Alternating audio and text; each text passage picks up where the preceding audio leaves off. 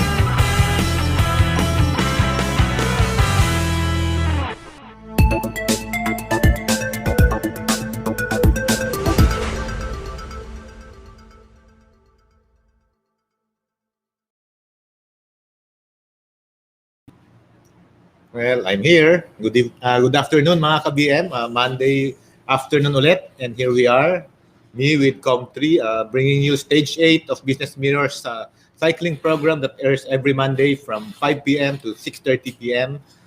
For today, we will be talking about cycling culture.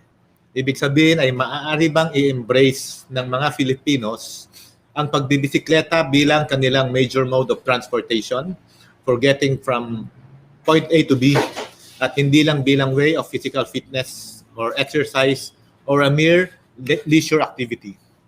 Ang mga panauhin po natin ngayong hapon ay mga authority o mga knowledgeable individuals on the promotion of cycling culture sa mga Pilipino. But before I go on any further, may I pass the floor to Com3 who is joining us right now, Sunshine Joy Vallejos. Com3, come in. Is Com3 in?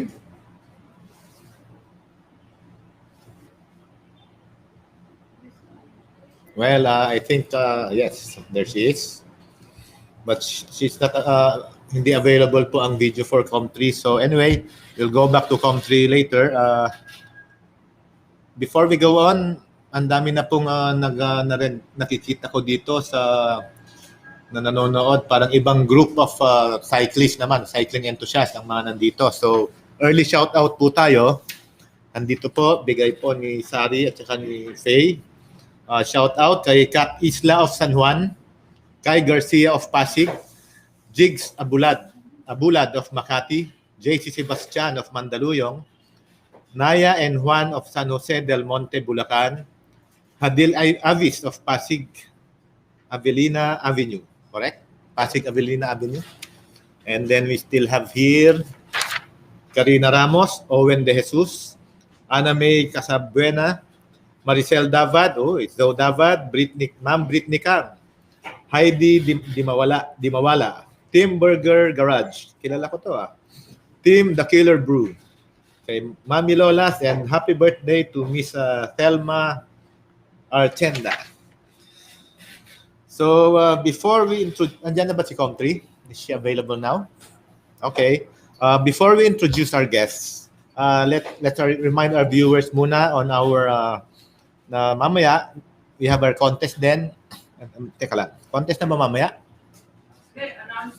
Announcement na pala ng winner ng ating one of 3 mountain bikes.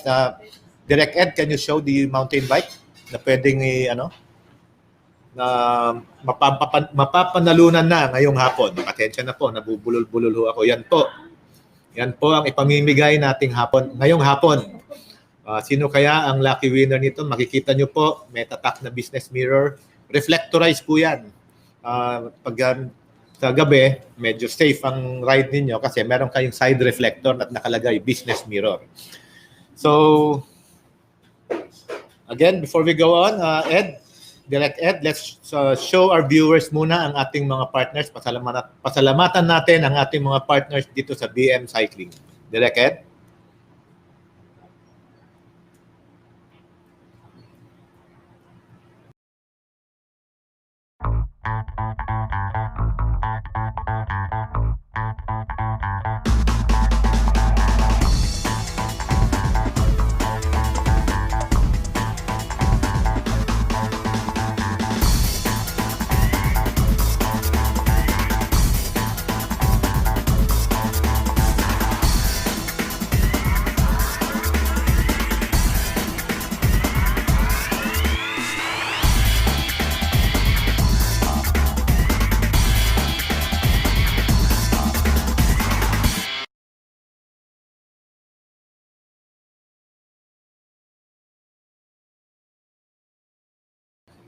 Ayun, nakita ko dito from Donna May. Hello daw sa BM Cycling. Ma'am Donna, good afternoon. Long time no see, long time no hear.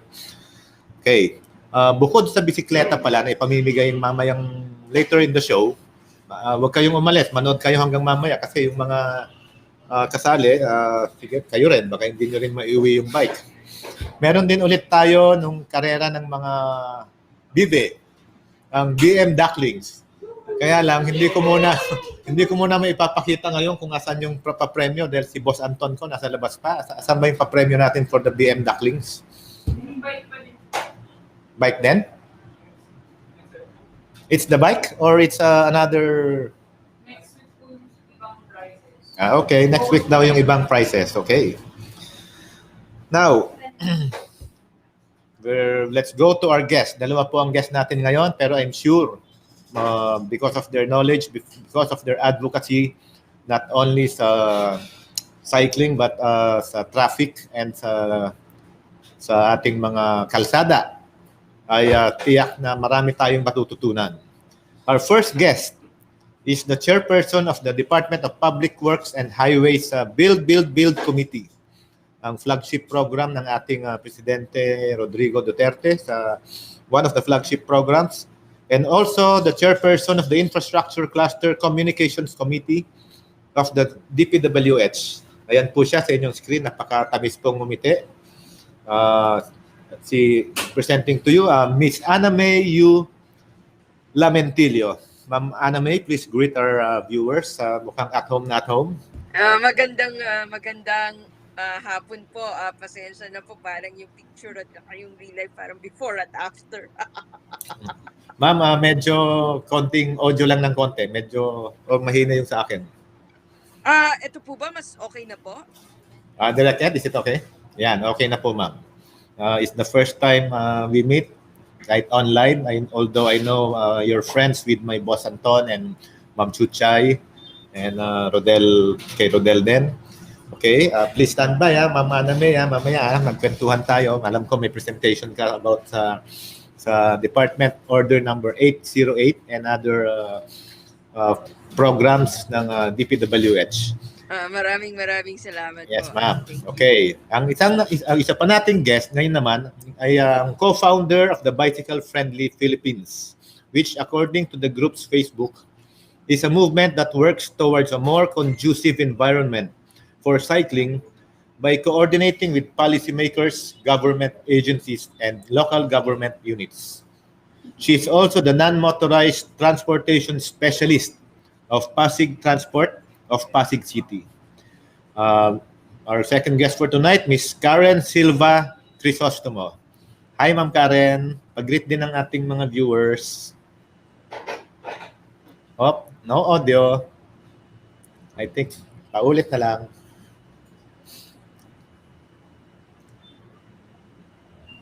Ed, is it okay na, the audio? Okay. Kay Ma'am Karen? No audio, ma'am. Maybe on your part? On,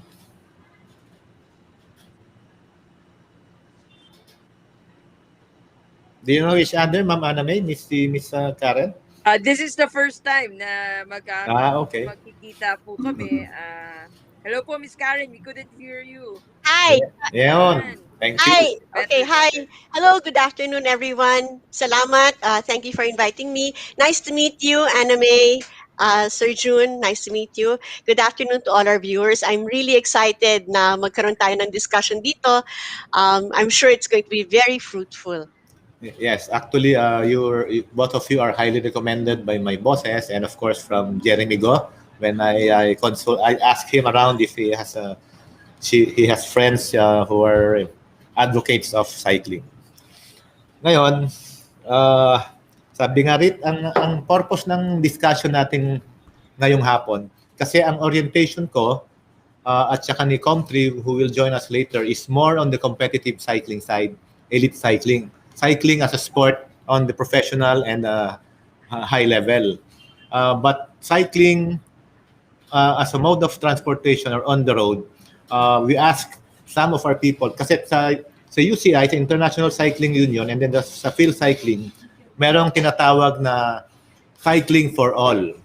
Cycling for all is all other activities for cycling other than yung sa competitive side. We also have green cycling, which is of course parang mag-asawa na dun sa cycling for all. Ngayon, why cycling culture?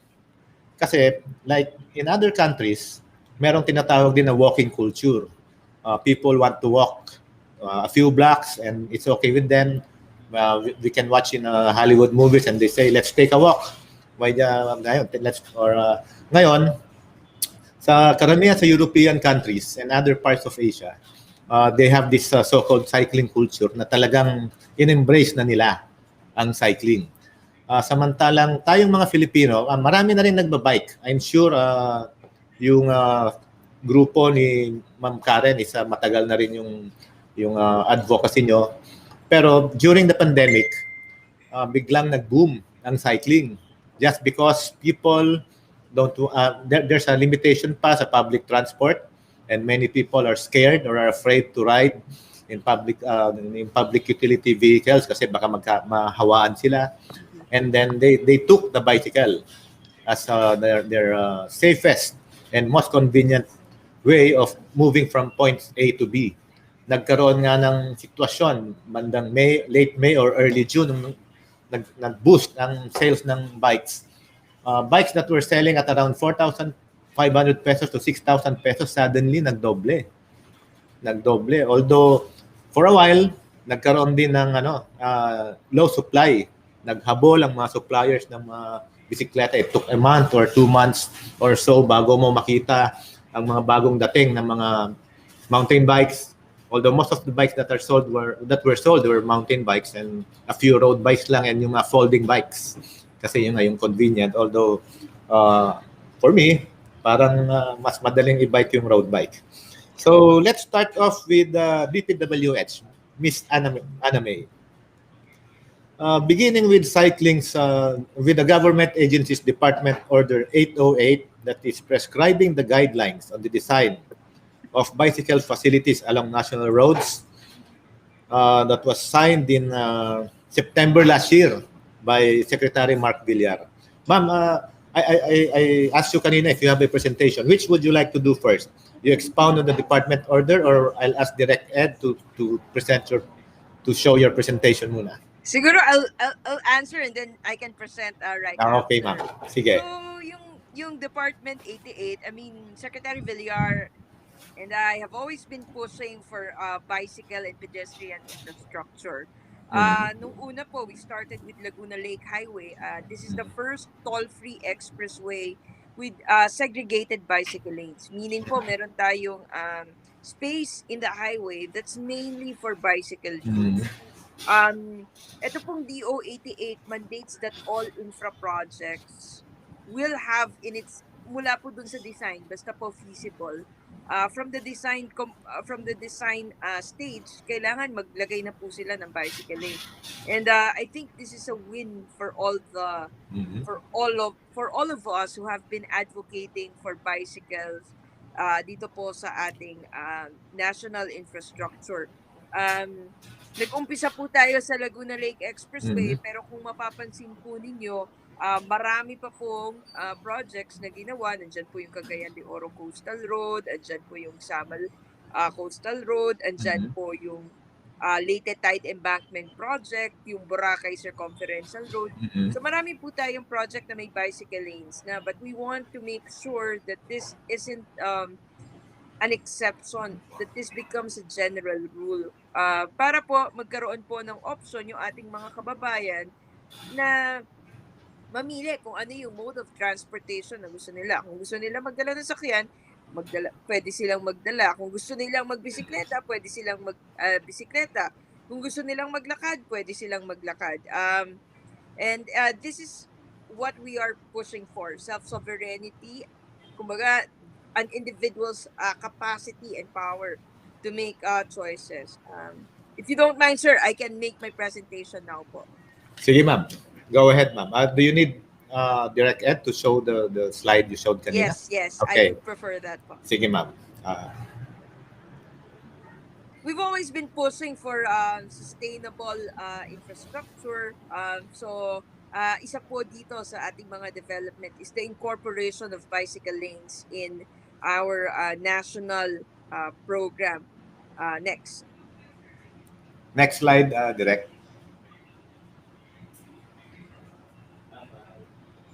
Yung page 2. Okay na po ba? Second page. Yun. Yun. Kung may kita nyo po kasi, yung Manila, katulad po sa Hanoi, a sizable number of the trips could be made by foot or by bicycle. Because yung average distance traveled per trip natin is mababa lang. So, kayang-kaya talaga siyang gawin. It's just a matter of walang available infrastructure to support this kind of lifestyle choice. Next. Speaking of Hanoi, Miss Aname, I was there in 2003 for the SEA Games. And nang ma-observe mo kaagad, ang ratio of motorcycles to four-wheel vehicles is parang 100:1. Oo nga po. And in fact, this is a trend for many progressive cities around the world. In fact, noong 2007, Boston built more than 144 kilometers of bicycle lanes. When you go to Denmark, they constructed a cycle superhighway, which is a coherent network of cycle highways spanning over 20 cities and municipalities. Kapag ka nagpunta ka ng Amsterdam, you Ayun. can cycle through the museum. Yung mga museums enthusiasts can cycle their museum via bicycle. Actually, the Netherlands is the 70% or 80% of the population use bicycles sa Netherlands. Yun nga po eh. This is a trend for a lot of cities, and I think it's about time that Philippines follow suit. Kasi for the longest time, people have been advocating. But I think this is a time, and we have an opportunity because our leaders are listening. Na ibigay natin ito sa ating mga kababayan. Next slide, please. So kung mapapansin niyo po doon, we made a Metro Manila Urban Transport Integration Study, and we found that nearly 35% of the destinations are within a 15-minute walk or bicycle trip, but the majority of short trips are made by paratransit. Meaning po, ito po yung jeepneys at tricycles at saka kotse. One of the reasons kung bakit ganito po yung estado is because there are no available infrastructure to assure the safety of our cyclists. Next. Okay. So ngayon po, we're happy that with the signing ng Department Order 88 ni Secretary Villar, bicycle lanes are now mandatory in the Philippines. So basta po feasible, given the amount of space, then yung design component po, incorporated na po yung mga bicycle lanes. So hindi na natin kailangan makiusap etc. So parang naging part na po siya ng standard protocol. We hope that eventually then whoever sits in the next administration or maybe the members of the Congress can actually enact this into law para po magtuloy-tuloy ito pong ganitong proseso. Next. So, with the issuance of DPWH Secretary Villar of DO 88, all projects that involve new road and bridge construction shall include in its design the provision of bicycle facilities if feasible. Next. So, nandito po yung three classification natin. We have yung shared use bike path. Ibig sabihin po, meron din po tayong separated bike lane. And number 3, ito po yung shared roadway. So, pagka sinabi nyo pong class 1, fully segregated po siya. Yung class 2, they are separated by kunwari, cones po. At pag shared roadway, parang Pintura lang. Pintura lang, opo. So, depende po kasi on the available space and syempre yung cost po for right-of-way acquisition. Next. Kung makikita niyo po, this is yung BGC Ortigas link bridge. Ngayon po, this is not the most updated photo. Yung BGC Ortigas link bridge po natin, nagkabit na po siya. So the main bridge is already complete. We're now working on the approaches. So we're moving Meralco poles, water, yung mga sites po for cellular signal. But what we're proud of with BGC Ortigas Link Bridge and other bridges across Pasig Marikina River is that they will all have pedestrian infrastructure. So yung BGC Ortigas Link Bridge po, if you opt and if you want to use a bike to traverse Taguig and Pasig, that's gonna be an option for our motorists.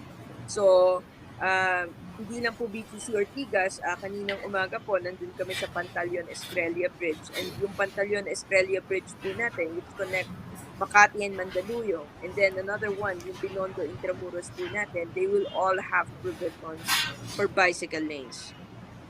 Next. Ito po yung unang-una nating project which had bicycle lanes. So kung makikita niyo po, it's fully segregated. Segregated po siya doon sa ating main highway. Ito po yung ating naging first project involving bicycle lanes. And tuloy-tuloy po ito because we've been pushing for more infrastructure projects, not just in Metro Manila, but also in other areas. Sabi ko nga po, yes, actually, sir, that's the best design ng bike lane, which is really separated and segregated sa main road. Yeah, ito po ay it follows international standards.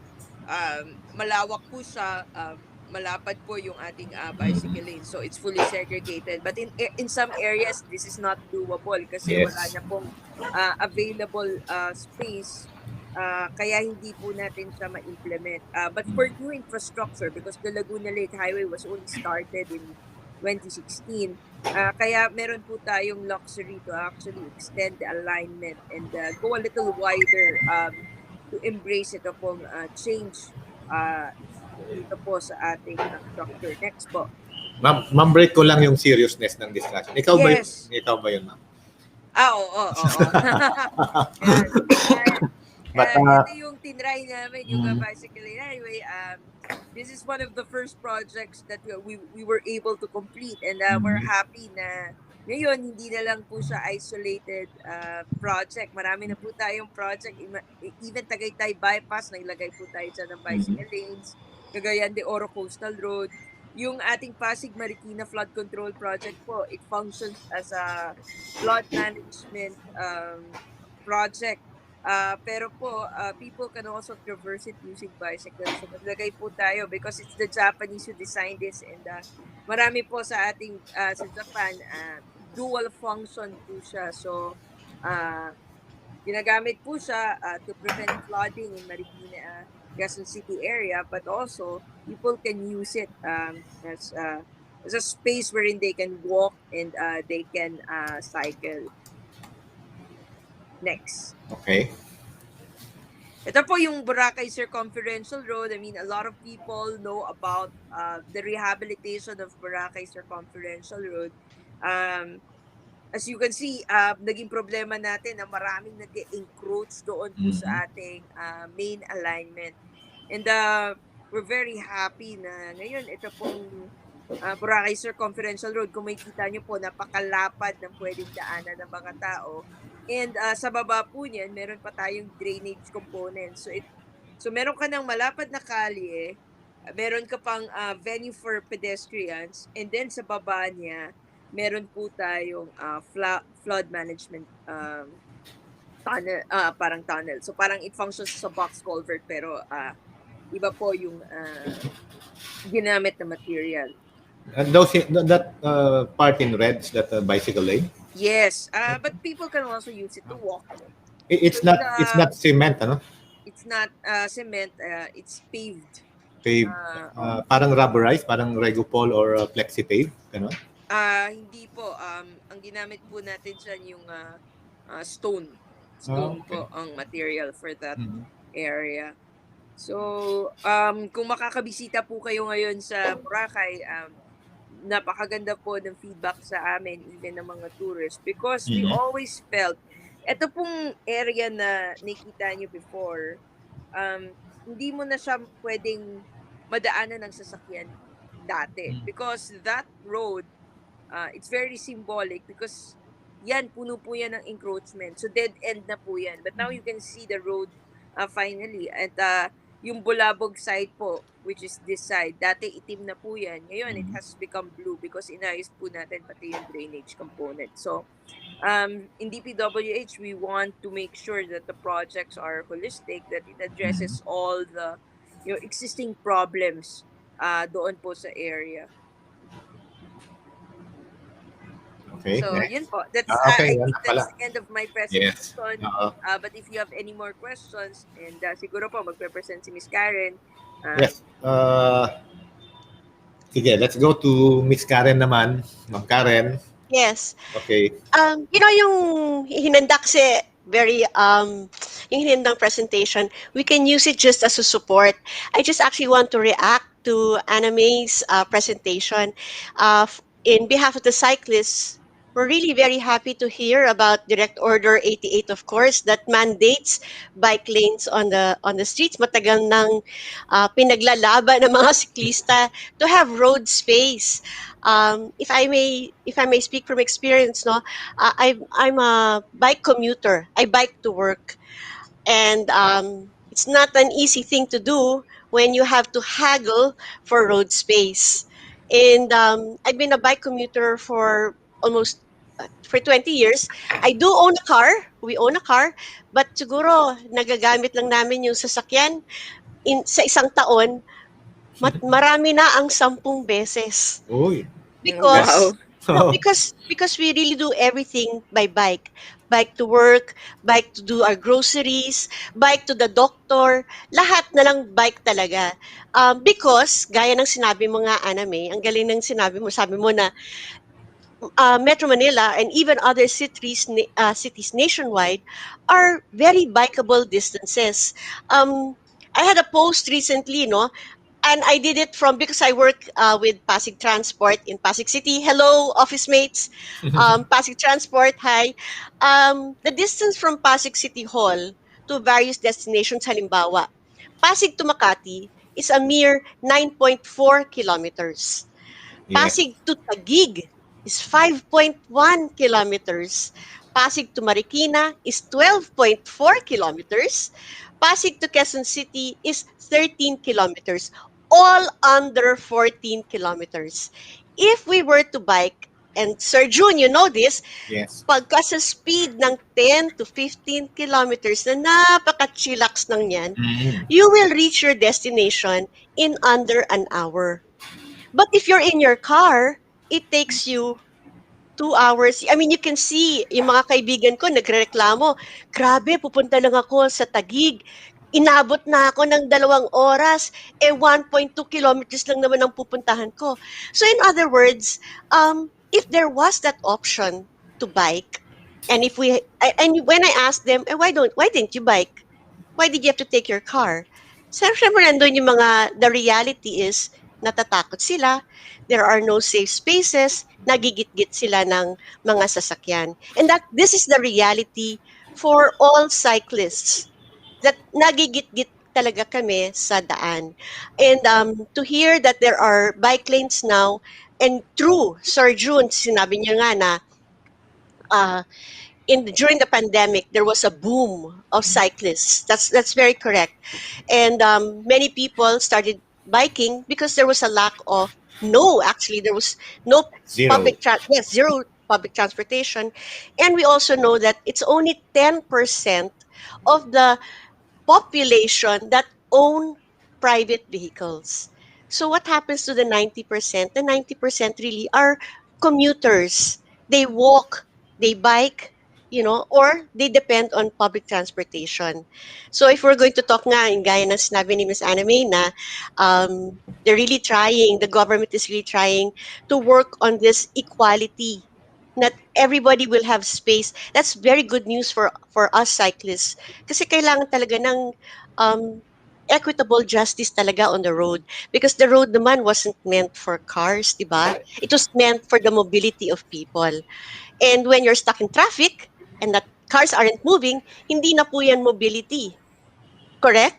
And so when yun nga, for example, if I may, continue, in passive transport, we work on the basis of policy, both national and um, local, syempre.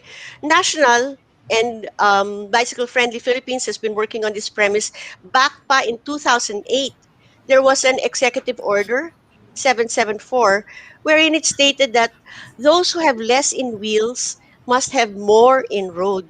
In other words, gaya na sinabi ng poster natin for promoting cycling culture, na when we say, let's respect the cyclist, we respect the cyclist because the cyclist is the most vulnerable of road users, along, of course, with the pedestrians. Vulnerable road user, ibig sabihin talagang we are, kumbaga, to use the word, parang kawawa. We're at the lowest eh. Diba? So, respect the cyclist, and also to, when you say respect the cyclist's way, based on the poster then, respect whatever the government or the local government, national government, when they are putting up bike lanes, this is my message actually already to motorists, sana they can respect, whether it's a mere painted line, sana they can respect that lane, whether there's a cyclist or not, which is gaya na sinabi nyo in other countries. That's the way it is. The bike lane stays. It's permanent. It's a painted line. Some are not always protected with bollards or cones or barriers, but it's just painted. And yet you will notice that in other countries, that bike lane is respected with or without a cyclist. I think the biggest challenge really is to change the mindset that putting a bike lane on the road will make it masikip or will add more traffic. Magiging mas matraffic kung maglagay tayo ng, parang yun yung mindset kasi ng tao. But the truth is, if the bike lane stays and cyclists are protected, I think we might encourage more people to leave their cars at home and pick up cycling because nga, it's healthy, it's good for the environment, it lessens air pollution, and hindi na kayo kailangan pumunta pa sa gym. Naku, magagalit yung mga taga-gym sa akin, mga gym owners. Pero yun lang yun because it keeps you fit. And it also lessens nga air pollution. So it's very good all around economically. Ako as a cyclist, madalas I stop. I stop on the roadside. I don't need to look for parking. I can easily buy dinner for the family on my way home. So very good for the economy rin ang cyclists, and for the environment, and for traffic, to ease traffic congestion.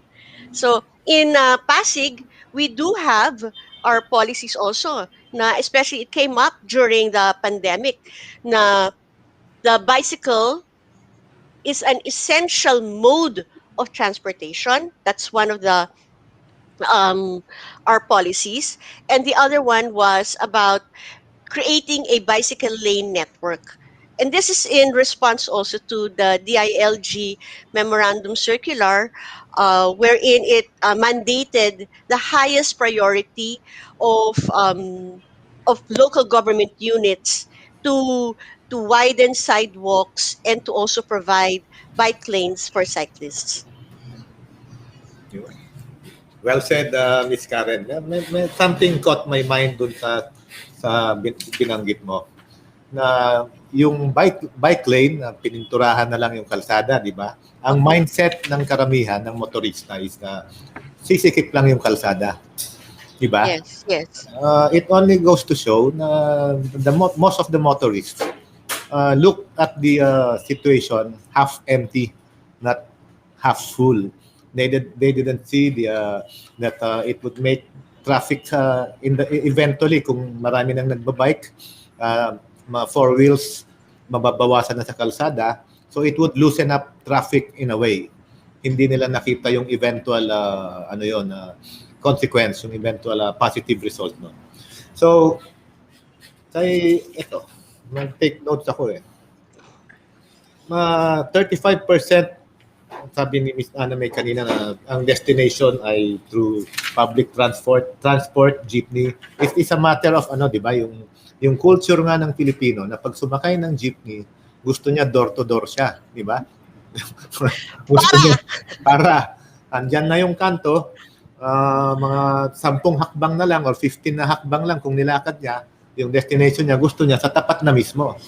And then even if you have to cross, you're on the other side of EDSA, and then dun sa kabila bababa, they will wait for hanggang mag-green light and then bababa dun sa kabila. That's going to the walking culture. That's for the walking culture. Pero yung sa bike culture nga, it takes a lot of, masyadong challenging. Kasi nabanggit ni Miss Ana May, overwhelming yung BBB na nabanggit ni Miss Ana May na ang daming kalsada na ginagawa, and it's very timely na yun nga, lalagyan na ng bike lanes. Ngayon, Direct Ed, pakita yung yung diagram ng proposed na standard bike lane from galing din sa DPWH yun. Ayan. Miss Ana May, this is correct, right? Yung parang standard model. Yes, yes. In fact, kung makikita niyo po, ito po.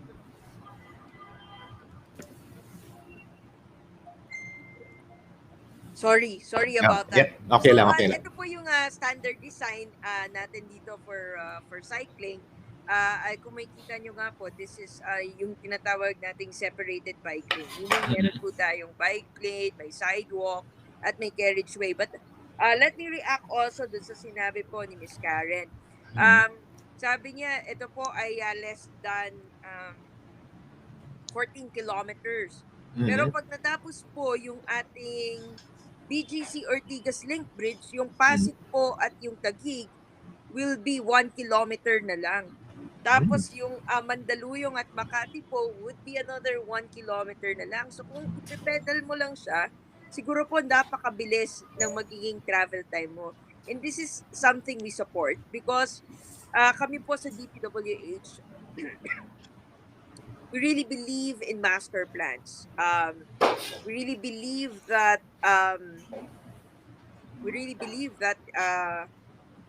there's a science behind solving traffic congestion. Kaya kung makikita po ninyo yung ating pong Luzon Spine Expressway at yung EDSA decongestion program, it's always backed by traffic management studies. Because we need to figure out how people move within the metro in order to solve yung ating traffic decongestion. I mean, there's a lot of people saying, why was there never a rehabilitation of EDSA and C5? Kasi po dati, we didn't have any alternate routes. Kumbaga, pag nagsara ka ng isang lane sa EDSA, sigurado yung travel time ng mga tao traversing EDSA would increase by at least 50%. So, ang naging first priority po natin is to ensure that we have an alternative first to EDSA and C5. That we bring it back to its original capacity first. And then we can talk about reforms. We can talk about a more long-term maintenance solution because EDSA is 90 years old. So like most people, when you're 90 years old, you have to maintain the road. You start taking maintenance medicine. Ganun din yung EDSA. And I think people are complaining, bakit ganyan yung EDSA, walang pagbabago? Because this is an infrastructure project that was built in the 1930s, extended in the 1970s, and then never touched again. And then there was a population boom, and so we have a traffic problem. But what we can assure you is by 2022, EDSA will be a very different experience. We've incorporated bicycle lanes as much as we can. For example, yung BGC Ortigas Link Bridge natin, yung Batalyon Estrella Bridge, and yung Binondo Intramuros natin will all have bicycle lanes. Even yung Laguna Lake Highway po natin will have bicycle lanes. So this is something that we've been pushing for, and that thanks to DO 88, hopefully this is transcendental, and this becomes a long-term reform as far as overall urban planning is concerned. May Ayun. I? May Yes. I? Yes, yes. Anime, Miss Anime. Hindi, Meron ako na just call me Anime. It's okay. may nabasa ako, no, and this comes from Keisha about C6. C6 is the Laguna bike lane, correct? Yes, yes, Yeah, yes. okay. I also, my family and I, we passed there to visit my daughter who lives in Taguig. I bike from Antipolo. We bike from Antipolo and we pass that bike lane. And true enough, gaya na sinabi ni Keisha, which they just passed there last Sunday, there are many portions which are flooded, maputik, closed. And I also noticed that myself, no. Siguro our request lang is if a bike lane and Mr. Sir June mentioned it already that of the bike lanes that were presented, the C6 or the Laguna Lake bike lane is the best that he's seen because it's protected, it's separate. But siguro our request is sana makumpleto. Sana it was completed because it's really cut in many portions. Because we ride there. In fact, may mga nagtatanong sa amin, ba't hindi kayo doon sa bike lane? Why are you on the main road? And we answered, subukan ninyo. Try it. Because you will still have to keep going out into the main road. So this is coming from first-hand user as well as feedback from other fellow cyclists na siguro we would really like that if bike lanes are to be made, you mentioned maintenance, sana one, first matapos ng maayos, and then two, ma-maintain. Kasi there are flooded areas nga. And then, one of the other questions is from our Pinay bike commuter, si Miss Haramia Amarnani or Jerry. She also asked, when you talk about, from the diagram that you mentioned, are these protected bike lanes or are these painted bike lanes? Tsaka ako rin may question ako, was that 1 meter or 1.5? Doon sa diagram that was just presented. So, daming questions, but Sorry, I will sorry. answer. No, no, I'm no, no, no, no, sorry. no, no, no, no. This is the limitations of department's function.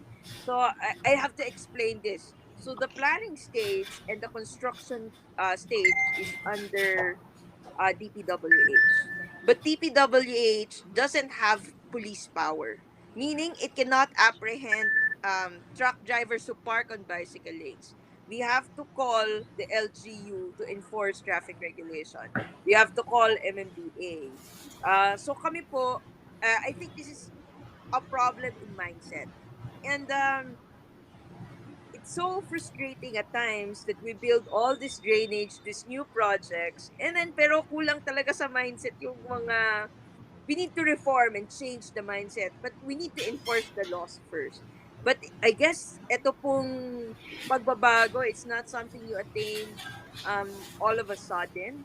It takes almost every day may ina-apprehend doon pero bumabalik, napapalitan.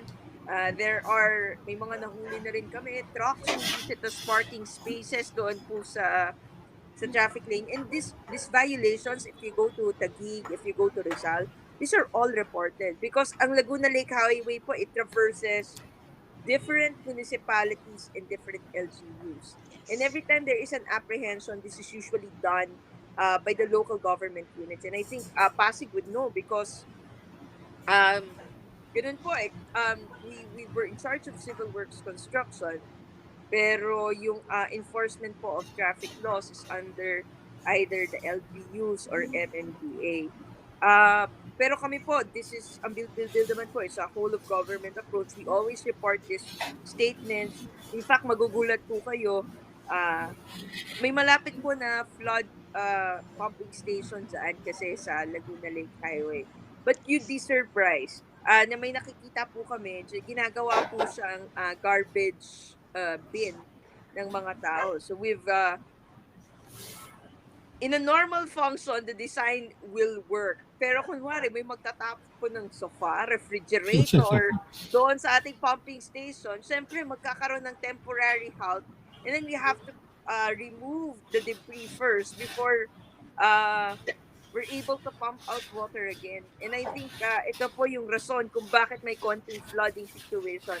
That's why we always ask the help of the LGUs in terms of managing ito pong ating garbage problem, because flooding can never additional infrastructure for flooding will help mitigate the flooding problem, but it will not be able to solve it without a change in mindset. Kasi dapat talaga yung mga tao, yung mga basura nila, wag nila itapon diretso dun sa mga pumping station. Miss Anna May, I have a question. Once you built the highway and then merong bike lane, it's still the DPWH which maintains these roads, these bike lanes, or isn't there a partnership with the LGU to help maintain yung mga damages that nangyayari sa mga bike lanes na to? It's a case to case basis, boss. So for national roads, meron po tayong maintenance work also. Pero Yes. for example, doon po sa mga delegated at secondary roads lang po siya, then it's not DPWH who maintains it. It's either the LGU or the local government unit. Okay. I think there's a misconception because national roads are being built by DPWH majority. We have provincial roads. These are built by the provincial government. Pagka city road, this is built by the city mayor. And then pagka municipal road, municipal mayor. Pero may mga delegated projects na sinasabi nila, o DPWH, baka you can build this for us. So, Okay. Yun yung mga konti natin pong issues. But sabi ko nga po, marami po tayong pinag-uusapan at and yung mga comments po ni Miss Karen and ni Kisha is always helpful. In fact, I also know Kisha and sinasabi niya po itong mga problema. We've been working with them doon po sa DO88, etc. And I think ito nga pong DO88, I think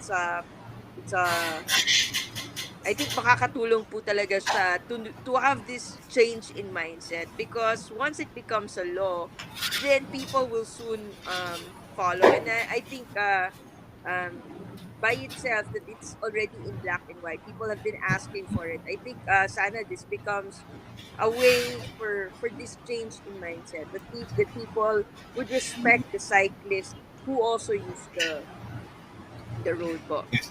There's a question here from Logan Tamayo.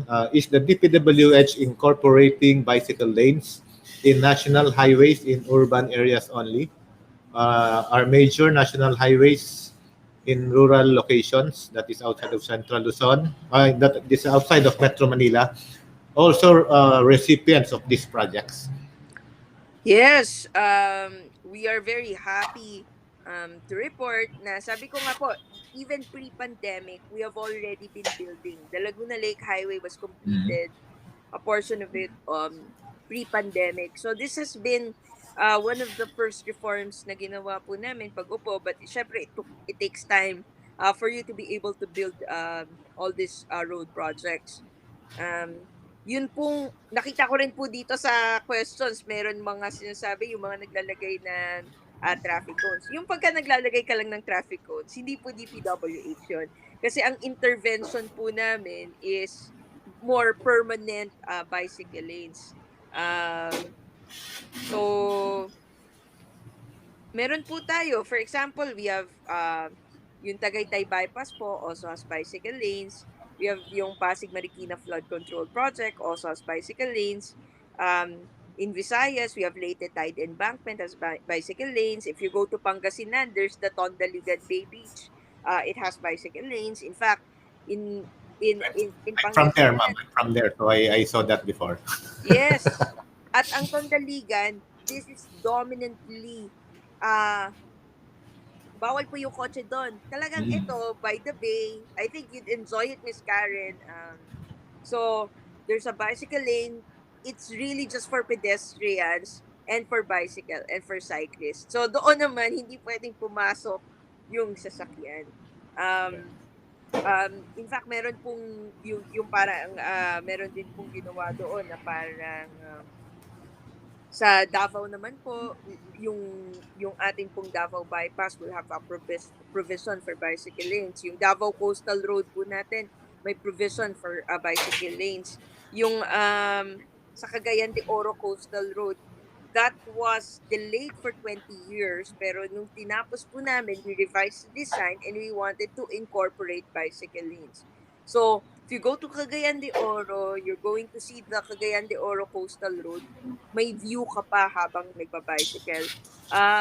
Again, this is just one of the many projects that already has bicycle lanes, but we feel that it is not yet sufficient, not yet enough. And siguro po, we will invite ito po si Miss Karen and other bicycle groups to join us when we fully open yung Tagaytay Bypass Road.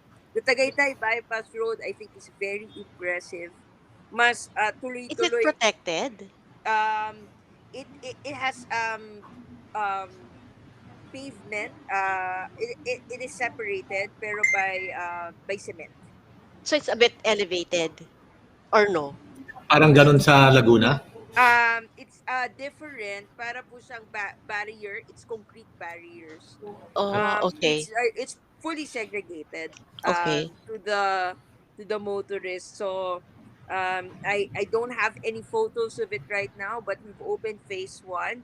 People Okay. can already use it, pero syempre mahirap pa ngayon to fully use the entire alignment because hindi pa Mhm. siya buo. But Yeah. siguro when we were able to complete the project and hopefully at the time tapos na po yung pandemya, we'd be able to be more freely or makakapag-organize na po tayo ng event. So I think that's Mhm. one of the projects na mas malapit na pong matapos, and it will also mapapakita po niya yung ating bicycle program. Sa Pangasinan, Speaking sir. Yeah. speaking of event, from Jeremiah Amarnani, Si Ma- Jerry. yes, Jerry? Yeah. Ma'am Ana, Women's Month na po sa March. Pag may pagkakataon po sana po makapag-bisikleta tayong kababaihan from your office and other government agencies para po magkaroon tayo ng pagkakataon na makapag-usap tungkol sa mga concerns sa mga siklistang kababaihan sa daan. It's Ako not po, yes. I am open to that, pero we Mm. have to follow IATF Yes. protocols, and Mm. and ngayon po, considered as mass gathering yung more than 10. So, but post-pandemic, we'd be very happy to do a conversation. Okay. Pwede nyo po akong ma-reach via Facebook. You can tell me yung inyong concerns and maybe we can start talking about it. Kanina, there was also a question here. I forgot. I didn't get the name immediately. Tinatanong niya kung yung Aguinaldo Highway, pwede pa bang lagyan ng bike lane yon? Sabi ko nga po, I'd have to get back to you on this very specific plan because I do not want to commit on something kasi po, pagka mas permanent po yung ating intervention, dumadaan po yan, ipopropose muna namin sa Congress, the Congress will approve it, ipapasa ng Congress sa Senate, and then may bicameral conference, and then ibabalik sa amin at sinasabi na approve. Because DPWH intervention is more permanent. Kung kunwari po maglalagay ka ng traffic cones at ng barriers, usually hindi po yan sa amin. Yung amin po is yung mas permanent construction. Uh, for our lady guests here, talagang challenge pag sa urban area ang cycling. And as you said kanina, merong different classes of bicycle lanes na pwedeng i-implement o i-establish. Pero yun nga, Metro Manila will always be a challenge. So as far as I could see it, yung DPWH, yung bicycle lanes na project niya, it's going to the countryside. It's going to the circumferential roads, mga bypass roads, where medyo maluwag pa ang kalsada. Metro Manila, ako mismo, Miss Karen, ako, nervyoso rin ako sa kalsada kasi you don't know what's behind you. Diba? It's okay yung kasalubong mo, kita mo pero yung behind you, talagang, Pero yeah. yes ma'am. Yes, But go I ahead. think that's where we really need to raise awareness. If we're talking about changing the mindset, hindi lang pwede na we have a bike lane, or I mean, if we're going to really promote bike cycling culture, it has to be really like a holistic. So if we're LTO, the drivers, before they're given a driver's license, they should experience what it's like to ride, to have, pagka overtaking a cyclist, on a personal note, I want to put what's this, poles on either side, the same width of a car, and say, this is my space. So when you overtake me, because talagang hinahagingan ako when they overtake me. So sana LTO will provide education for drivers about how to respect the cyclist and how to give way to cyclists, and how to overtake cyclists. And then in our education system, Correct. cycling Yes. could already be part of the curriculum. Even as early as now, kahit sabihin mo may pandemya, the system could already be incorporating it into the curriculum, not just about cycling, not just about safe cycling, road use, but even about, perhaps you can put it, bike mechanic, how to repair bikes. So, education, and then yung about the maintenance, and you mentioned, Anime, about the mindset. Really, the changing of the mindset um, regarding the use of the bicycle as an essential mode of transportation is truly a very big challenge. That when cars, or even the motor drivers, see a cyclist, ang tingin nila, "Wag ka diyan, you have no right to be on the road." Sana we can change that mindset, no? Or that wala namang gumagamit ng painted bike lane na yan, I can go on it. Hindi, dapat talagang napaka-importante yung sinasabi nga natin, enforcement. There is a law, we have laws. But I guess even in the traffic enforcers, it's also in every LGU. I think that is a challenge, because even the traffic enforcers themselves have in their mind na, nako, nagkaroon ng bike lane, sumikip ang daan." But they seem to fail to realize that no matter how many lanes, or no matter how wide, halimbawa ang Commonwealth, ginawa na ng 8 lanes, di ba matraffic pa rin? So widening the road was not truly a solution to easing up on traffic congestion. So, imagine mo, hinihingi na nga lang ng siklista is a bike lane, pwedeng 1.5 to 3 meters. Ang sabi nga sa DO88, 2.44 meters. Compared to the 3.5 to 3.7 lanes of a car, and then there are so many car lanes, I really think that a bike lane, will not will actually ease the traffic congestion, and make it protected. Because nga, and sorry ha, make it also continuous, make it a network. Kasi minsan napapansin namin, biglang parang magic, may bike lane. And then after that, walang connectivity. So I mean, how do they expect cyclists nga ba to be safe if putol-putol ang mga bike lanes kung wala nga naman network? But I know nga, sabi nga sa DILG Memorandum Circular number 100, 2020, encourages local government units to accord highest priority to the development of proper sidewalks and networks of bicycle lanes to promote a more sustainable and inclusive transport system that encourages active transport. This is a law already, correct? Yes. This So, is considered the law. Kaya nga po, exactly. dun sa comment section, parang marami nagsabi sana may batas. In fact, noong September 2020, napirmahan na po yan ni Secretary Villar. So, there is a law that mandates the incorporation of bicycle lanes. So Yes, long as it is yes, feasible. Yeah. which is what Pasig is doing. We are working on a bicycle lane network, and it will reach almost 66 kilometers within the city. Some people might be wondering where is it, but of course, gaya ng sinabi nyo, talagang pinag-aaralan, we're doing it slowly because we want to do it right. Ayaw namin yung mabilisan tapos parang ningas kugod. Gusto namin, we want to do it right, and we want to do it in such a way that it will really be used. Gagamitin talaga ng siklista because magandang gamitin. Kasi nga, minsan nga, may mga bike lanes, tatanungin, ba't hindi nyo ginagamit? Sabihin na, subukan yung gamitin. Then you will understand why cyclists will prefer to stay on the main road rather than on the provided bike lane. Actually, Miss Karen, I'm from Pasig na, sa Amang Rodriguez, and there's a bike lane there. Pag ma-traffic na, excuse na ng mga motorist na gamitin yung bike lane. Parang kumbaga, as a cyclist, you suddenly lose your right to use the bike lanes when ma-traffic na. Sad, So, no? That's yeah, that's sad. That's a very sad that's sad. Yeah, nakakalungkot. okay. Magbe-break tayo muna, Miss Anna May tsaka Ma'am Karen. Direct Ed, can we feature naman yung mga clubs, na mga cycling clubs muna na kinuna ng ating mga photographers? Ed? May mga cycling clubs kasi kami mga fini-feature dito eh. Ilan sila, Ed? Ilan? Direct Ed? Oh, so there are 4. So sige, Ed, please. And then after the presentation ng mga clubs, we pause for a parang acknowledgement ng ating mga partners. So just a short break.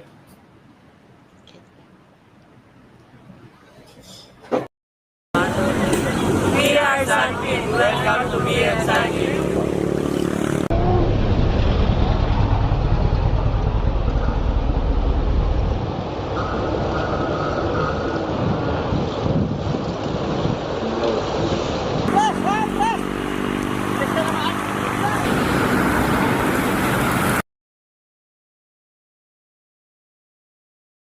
We are Filipino Avengers, and welcome to BM Cycling! Woo! You know?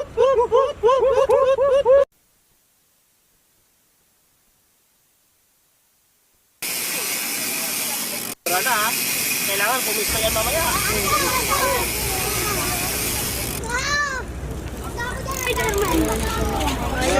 Idol kasi sa Ano ka ba? Nunod ka na. Chairperson! Sabay ka nun? Sabay ka nun. Wala pa nga.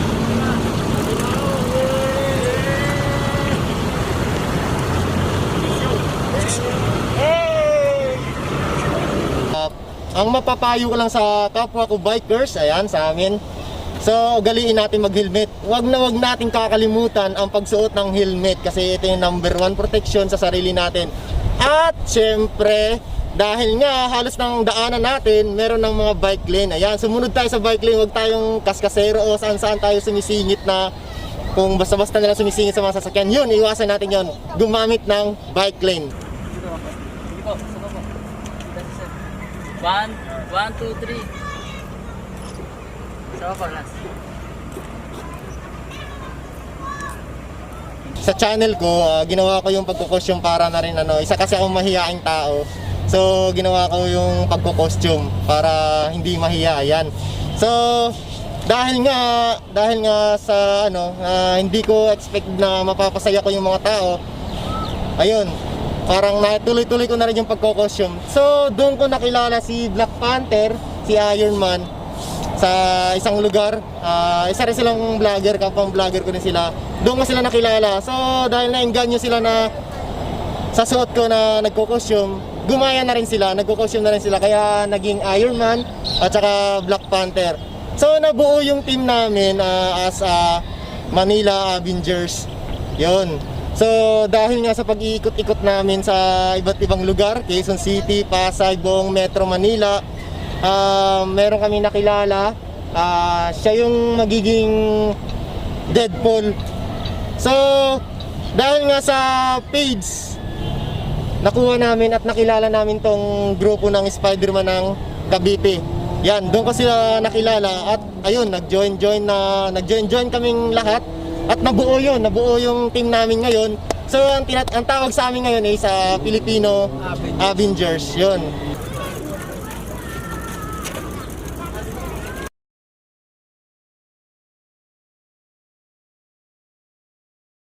We are mga female cyclists. Carla Cavite. Lips Taguig. Shai Taguig. Danica Mahal. Riam Taguig. Welcome to BM Cycling.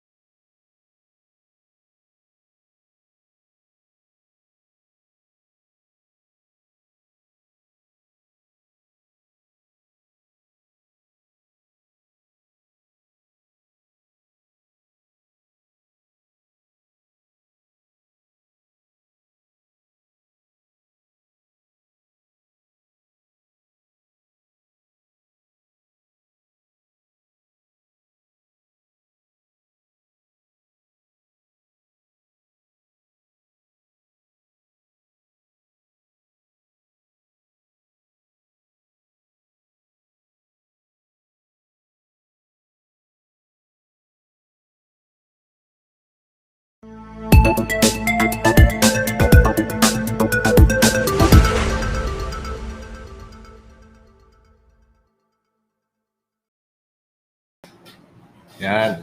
We're back with our guest, Ma'am Karen and Ma'am May. Pero before we go on, medyo marami akong shout-out. Babasahin ko muna sila lahat.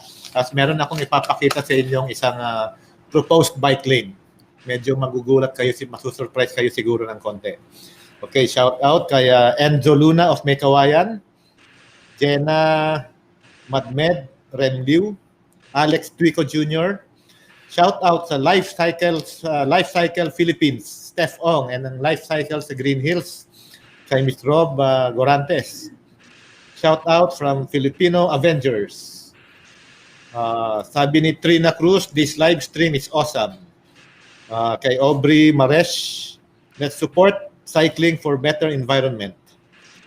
Kay Amiel Manreseren, shout out sa'yo. Women Empowerment. Kay Jeff C. Flores, thank you po sa mga news and information that you share para sa aming mga viewers and also sa mga cyclists. Team Mang Female Cyclist, 6 a.m. Bikers. Sigurado ba kayo, 6 a.m. kayo lagi nagbabike? Saiti Bikers, Carla from Cavite, Mikey Huerto, ito na, UP Diliman, fixed gear. Yun, fixed gear. Yung fixed gear kasi it's a pang-track cycling yan. Let's just wait for the pandemic to be done and over with. Kasi yung Amoranto Velodrome, we are working for its rehabilitation na. Sayang kasi yung Amoranto Velodrome. Although it's already obsolete for competition under UCI, yung International Cycling Union regulations, still it's a very competitive velodrome. Our Australian friends, yung mga cycling officials from Australia, they are using a 333 meter velodrome, and they say 400 is okay pa rin.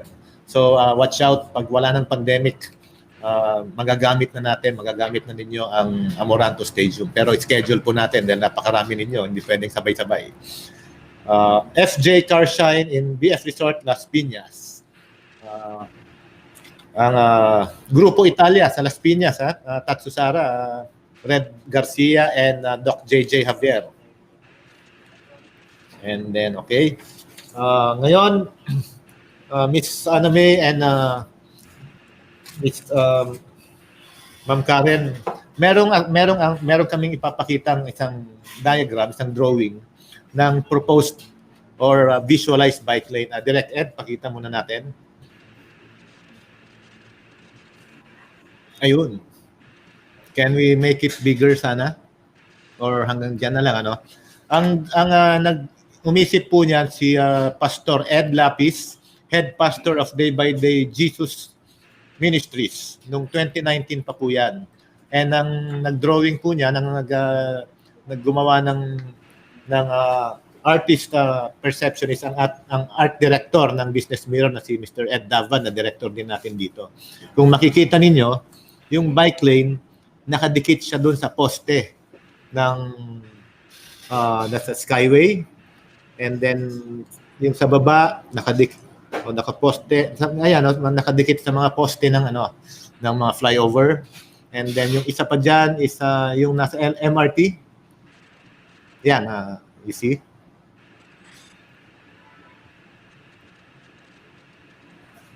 Yung sa bottom left, MRT ba yun o highway rin yun?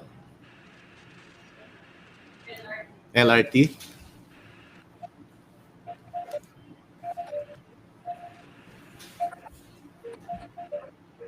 Yan. So, para sa akin, ideally, siguro that's the safest way to put a bike lane along EDSA and other busy streets na merong Skyway, merong LRT or MRT. But do you think, Ms. Aname, do you think this could be doable, or is it practical? And for Ms. Karen, how do you see this as a safe bike lane? Ms. Aname. It's a good proposal, but again, ang siguro ang pinakamaganda, we open the discussions first. These are not projects which can be undertaken almost immediately because meron tayo budgetary process. But siguro we can start working on some of this. If you can give us the plans and the proposal, we can submit it for the next budget season. Okay. Pero how do you feel about it? Do you think it's kami po kasi again, I am not an engineer. We will have to discuss the feasibility and safety issues.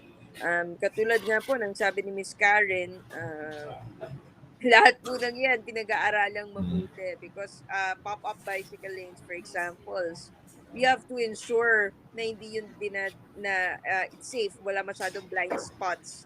Kasi baka mamaya magkaroon naman ng maraming aksidente doon sa area. So we want to make sure that when we do bicycle lanes that they are sustainable. So yun po. Kasi okay, go ahead. Yeah. We have always been, si Secretary Villar po has always been supportive of more pedestrian infrastructure. In fact, we know that there are no more spaces masyado in Metro Manila. But we've started with 3 out of 12 of the 12 bridges across Pasig River. Ito po yung tinatawag doon sa Metro Manila logistics network. And all of these bridges po ayon sa plano will all have bicycle lanes. So if we cannot compete doon sa ating existing alignment, at least for the new roads and for the new bridges, yung design po at yung plano kasama na po kayo. Kasama na po yung mga siklista doon sa plano. And ito pong Metro Manila Logistics Network ay maganda rin po yung interconnectivity niya. For example nga po, kung dati it will take you about 8 to 10 kilometers, 8 to 14 kilometers to traverse yung Taguig at Pasig. Pag natapos po yan, 1 kilometer na lang. So imagine yung time reduction sa naka-vehicle or naka-bisikleta man. Medyo magiging malaki po yung change doon po sa lifestyle. And I think all of the 3 bridges will be opened by this year. So yan po ang pangako ni Secretary Villar. And ngayon po, ongoing po yung pouring doon. Kapag nagpo-pouring kami, 10 hours yan eh. So we started at 1 p.m. Today, it will finish at about 10 p.m. if it's on schedule. Kung may konting delay, maybe 12 midnight. But we're confident that we'll be able to deliver the 3 bridges across Pasig River. And ang maganda po niyan, lahat po ng plano doon po sa 12 bridges tapos na. So, mauumpisahan po substantially yung marami po dito sa bridges, and hopefully the next administration will decide to pursue these projects. So, ito po, sigurado ka safe because it's segregated, and sigurado ka po because it's part of a master plan. We've been working with JICA and with World Bank in a traffic management study when we started dito, at kasama po yan sa mga in-update. As you can see, successful po ang Skyway. We were able to drastically cut time between NLEX and SLEX. Ang hindi po alam ng mga kababayan natin, ito po ay partial opening pa lang. We've already opened 10 ramps, but we will be opening more. So, we will be opening 19 more ramps in the next few months. Kaya po magiging mas maraming options po para sa ating mga kababayan. Maybe we'd be able to free up EDSA, and by the time, maybe we can start discussing yung bicycle lanes sa EDSA and sa C5. When we're able to remove all the trucks and we're all able to remove the vehicles out of EDSA. Because, let me share lang po na nung pinag-aaralan po natin yung Skyway Stage 3, around 50,000 vehicles lang po yung expected namin na dadaan dyan sa area. But when we were able to open it, umaabot po siya ng 100,000. So kung pupunta po kayo sa C5 at sa EDSA, medyo kumonti na po doon yung tao. But when we're done with the master plan, then we'd be able to plan this more cohesively. Siguro po baka hindi na kami yung nakaupo by the time because malapit na rin kaming matapos on our term, but what we can assure you is that everything that we promise we'll be able to deliver. And siguro po yung next administration, you have to tell them na dahil back na to its original capacity yung EDSA, then 1 lane should be dedicated to bicycle lane. And I think at that point, it will not be a hard decision for all the stakeholders. Right. Before I ask Miss Karen, i-greet ko muna si June Mendoza. Nanonood siya. Photographer po ng Philippine Star at cyclist na rin po siya. Si Ronald Alan Calyao, sabi niya, most important step is to educate drivers to respect bikers on the road. Bike lanes are useless when our drivers are reckless. And then, may nagsabi rito na ilapit daw sa San Miguel Corporation para mapondohan yung mga bike lanes. Siguro dun sa sa Skyway, di ba? Of course, we thank San Miguel Corporation, ang sponsor, partner po namin dito, at saka ang Big Boss Cement kay Sir Gilbert Cruz. And then, ano pa rito, sabi ni Marivic Awitan, in God's name, sana mangyari lahat yan. Bilis. Dali lang. Kay Willard Paras, hopefully all of us bikers will strictly follow road signs. Sa bikers naman to and traffic lights. Many ignore this. Parang ang tingin ay pedestrian. Let us not be ignorant, tayong mga bikers, so we will also be respected by the others on the road.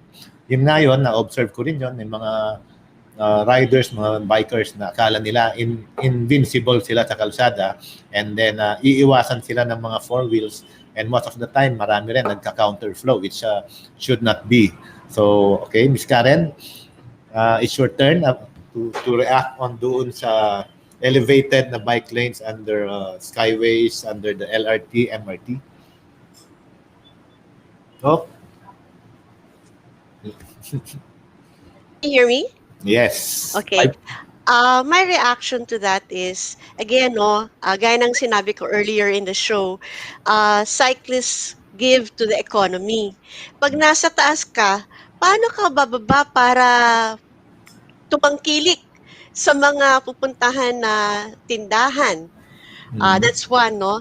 Pangalawa, I'm also not an engineer. However, elevating a bike lane, I'm sure will be costly. And I think putting up a bike lane, if it's going to be kung ang sinasabi nga minsan, budgetary costs ang kalaban, kaya hindi malagyan, edi sana let's not spend so much on a bike lane that's elevated kasi pwede naman na ground level dahil nga there is enough space kung tutuusin. There's enough road space. Miss Anime just mentioned it that even on EDSA, the number of lanes there should be an allotment of a lane on EDSA. Ground level, it won't even cost as much as having to build above street level. Mahal yun, I'm sure. Kasi to put it on the ground level and to allot a lane will be so much easier and so much cheaper. Correct, Miss Anime? Ground level. Yes. So, Iba-iba ang cost ng elevated at ground yes. level. Even So yun, I mean, that's just, that's my reaction to it, no? I mean, if, gaya ng, magyayabang ako, nagbike kami hanggang Bicol, kung talagang ganun ba naman yung destination or kung long distance, at wala, parang your mind is to go far and to just keep going, to ride the distance, pwede. But then, here we are thinking about more on a practical level of cycling. Hindi masyado, yung recreation kasi, kayang-kaya nang gawin ng mga recreational cyclist. But for the everyday Pinoy who wants to use the bicycle as a means of transportation, let's make it really accessible and let's not let budgetary constraints be the reason kung bakit wala tayong lugar sa ground level to have space on the road. So we should have road space. Everybody should have road space. Pedestrians should have road space. Lumabas very recently from a survey, yung social weather survey, that 87% of Filipinos want government to prioritize public transportation, bicycles over private vehicles, or to priority on the roads for public transport, bicycles, pedestrians. So walking is so good for our health. Cycling is so good for our health. Again, no, I just want to make this clear. We are not against the use of cars. We are not against drivers. All we want is that respect, mutual respect na um, everyone has a space on the road. Kasi um, let's I think we have to agree that ang mga Pinoy or those who are driving their cars, feeling nila hari sila ng kalye and that they own the road and that they have every right to be on the road and that people walking and cycling have no right to be on that road, which is wrong. I think we really have to change that mindset that the road, inclusive mobility dapat talaga tayo. Everyone should and have space on that road, safe space. Hindi lang yung katiting. Huwag naman kasi minsan nagiging compliance eh. O ayan, naglagay kami ng bike lane. Happy na kayo? Meron na, ba't di nyo gamitin? Ganon eh, di ba? So, sana, if you're going to really provide a bike lane, let it be a bike lane that is safe, that can be really used, and that it is really going somewhere. May destinasyon din kaming mga siklista. We want to also use the bicycle to go to places, to eat, to shop, to worship, to go to church. We have destinations that we want to go to. So sana the bike lane doesn't just appear like magic and then gets cut off, that there's no continuity, there's no connectivity, and that it's so narrow that parang you can't even use it, and I mean, you really can't use it. So nagiging waste tuloy of budget. It's like the sidewalks that I see. You have to walk sideways because it's called a sidewalk now eh. Sorry, that's me being sarcastic, but the sidewalks are, they narrow down into nothing, that people cannot really use them or walk, or because hindi mo nga alam kung sidewalk ang sidewalk or kung frontage, dahil and there are very many, I have to say, I pass it on my way to work, very new sidewalks being built, but they can't, you'll still see that people are walking on the road because it's a useless sidewalk, and I feel what a shame. That's government money going to waste. Sorry. Okay, thank you, Miss Karen. If we are going to look at our watches, it's 6:22 p.m. We only have 8 minutes left. Sayang, marami pa tayo i-discuss. Marami pang nagpa-participate sa ating online. So, Ma'am Karen, Ma'am Anna May, I will get your messages. Pero after I get your messages, wag muna kayong umalis kasi ipapamigay namin yung unang bisikleta. One of the first 3 bicycles na mountain bikes na pamimigay ng BM Cycling ng Business Mirror ni Boss Anton Cabangon. So, alphabetical order. Ma'am Anna May, what's your message to our viewers, to our cyclists out there? Konting pasensya lang po. We are doing the best as we can within our jurisdiction. So we cannot speak for the whole of government, but we can speak for DPWH. And you've been asking DPWH to provide technical specifications for bicycle lanes. We have provided you that. We have issued Department Order 88, which mandates that all new roads and bridges will have bicycle lanes, and we have given you that. Yung nagawa na before, hindi na namin yun hawak. Pero yung gagawin pa lang, we can assure you that there will be bicycle lanes and pedestrian infrastructure. In fact, kasama nga po yan sa pag-aaral, 35% pwedeng lakarin, pwedeng gawing bisikleta. We want to give you that. Kaya lang po, meron din tayong konting, we have to look at the facts also na before 2021, the average cars passing through EDSA is about 430,000 vehicles a day. The capacity is only about 230 to 40,000. We've already reached yung overcapacitated na sabay cars. And I think this is one of the reasons why it's not a justification why people do not want to put up bicycle lanes. Pero I think now people are on the table and discussing it, and hopefully this becomes a policy. Because there has been institutional changes already, and we hope that meron na pong policy changes, meron na pong institutional changes, and I think ito pong inclusive mobility and yung ating sustainable infrastructure, this is going to be the future. We have been working since day one to give this to you, and hopefully in the next few months, mas ma-appreciate niyo po ito. Siguro at this time, hindi niyo pa nakikita kasi yung mga roads and bridges na magkakaroon po ng magandang bicycle lane. So, yun po. When you talk about bicycle infrastructure, we need to approach this whole of government with all the LGUs of Metro Manila.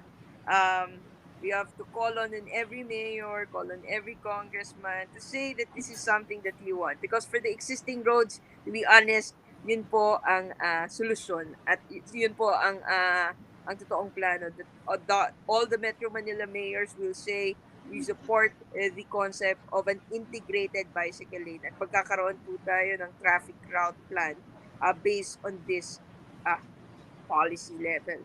So, yun po, maraming salamat po, and you can expect that there will be more road openings with bicycle lanes. And we support ito pong plano to have more pedestrian infrastructure for cyclists and pedestrians. Thank you very much, Ma'am Anna May. Good luck sa DPWH. Good luck to you. Good luck to Secretary Mark Villar. And sabi mo nga, after 2022, sana ipagpatuloy ng next administration ang mga build projects ninyo, ang build program, and hopefully they become a legacy of this administration. And thank you very much. Ulitin natin to kasi masaya yung very interactive and very informative. So after a while, let's wait a few episodes or a few weeks or months maybe tayo ulit mag-usap-usap. Maraming salamat po. Wag Thank muna you for kayong having umalis. us. Miss Karen? Hi. Gusto ko siguro yung message ko also is for, I have two messages, actually three. Pero for national government, siguro yung EEE. Let's educate. Please let the laws be known, because not everybody's aware of these existing laws regarding your infrastructure, regarding road safety, regarding even how the bike lanes are, the meters, how many meters or how wide a bike lane should be. Sana ma-educate ng mga tao. And again, engineering, I know the plan is there, but when you look at how it's being implemented, parang iba sa reality. So, the engineering, and then the enforcement. Napaka-importante ng enforcement. So, those are the three E's: educate, engineering, and enforcement. And then my other message, that's my message to the government na for those three E's. My other message is to the 10%, to the drivers of our country. Please, sana that you can respect the cyclist, that you can respect the cyclist's way also, na because as you know, gaya nga sinabi ni Anna May, matagal pa bago magkaroon ng bike lane. So where are cyclists supposed to be if not on the road? Because as I said, we have a right to be on the road. So with or without the bike lane, the cyclist and the pedestrian has every right to be on the road and to be on that road safely. So to the motorists, please, I hope you're listening na please stop honking your horn at us to get out of the way. Or please give way to us when we're passing or when we pass. Give us space. Make us feel safe. Because in the long run, if you also show your respect to us, more and more people will say, hey, okay pala magbisikleta. Hindi na lang ako magdadala ng sasakyan, luluwag din ng kalsada. There will be ease of traffic congestion because it's nice to bike. So even without the bike lane, masarap magbisikleta. And for our fellow cyclists, to my fellow cyclists, keep keep fighting. Keep fighting. Please, yes, there are several bills that have been authored. But authoring a bill by the senators or by our lawmakers or policymakers is nothing, because it can get read. It can get reread second reading. It can go through third reading. But if it doesn't get passed, it's nothing. So if you really want, madami na tayo mga siklista, if you want something to happen, gaya nga na sinabi ni Anna May, you have to write. We have to come together. We have to be unified. Let's write to them to show that we really want these things to happen, that we want safe roads, safe spaces, and that the road is for the mobility of everyone. Yun lang po. Maraming salamat. Shout out sa pamilya ko and to Pinay Bike community, and also to Bicycle Friendly Philippines, Cycling Matters, lahat ng mga siklista, ACC, I love you all. Salamat for putting up a good fight. Let's continue fighting for road space. Okay. Thank you, Ma'am Karen. Siguro, fighting, I would like to replace that with pedaling. Okay, pedal Yeah, on. pedaling, yes. Let's pedal on. Yes. Anong bike gamit mo, Ma'am Karen? Nako, yung thief will not even look at my bike. Ngarag-ngarag yung bike ko kasi but it's a KHS mountain. Nako, I have a mountain bike, I have a road bike, I have a folding Nice. bike. But the most used is a mountain bike for our roads kasi alam niyo, sorry, sa DPWH na kung maraming potholes, kailangan parang trail din yun eh. So, um, and hindi nga nililinis ko yung bike para hindi nga mainit sa mata eh. Ako naman, dahil ayaw sa road bike, yung request ko sana sa DPWH at sa mga LGUs, yung bike lane sana smooth. And it's preferably asphalt sana ilagay. Para hindi madulas. Yes, and then pag yung hagod ng gulong kasi sa asphalt, it's Yeah. different pag concrete eh. Correct. Medyo masakit sa groin if you're especially yung saddle mo is more of those professional saddles. So, thank you Ma'am May, Ma'am Karen, pero hindi pa tayo tapos dahil ang aming advertising manager na si Aldwin Tolosa will give away 1 of 3 bicycles, mountain bikes, courtesy of Business Mirror, courtesy of Boss Anton Cabangon. Aldwin, Ed, can you show Aldwin na and give away the 1 bicycle? Sana 4 yung pang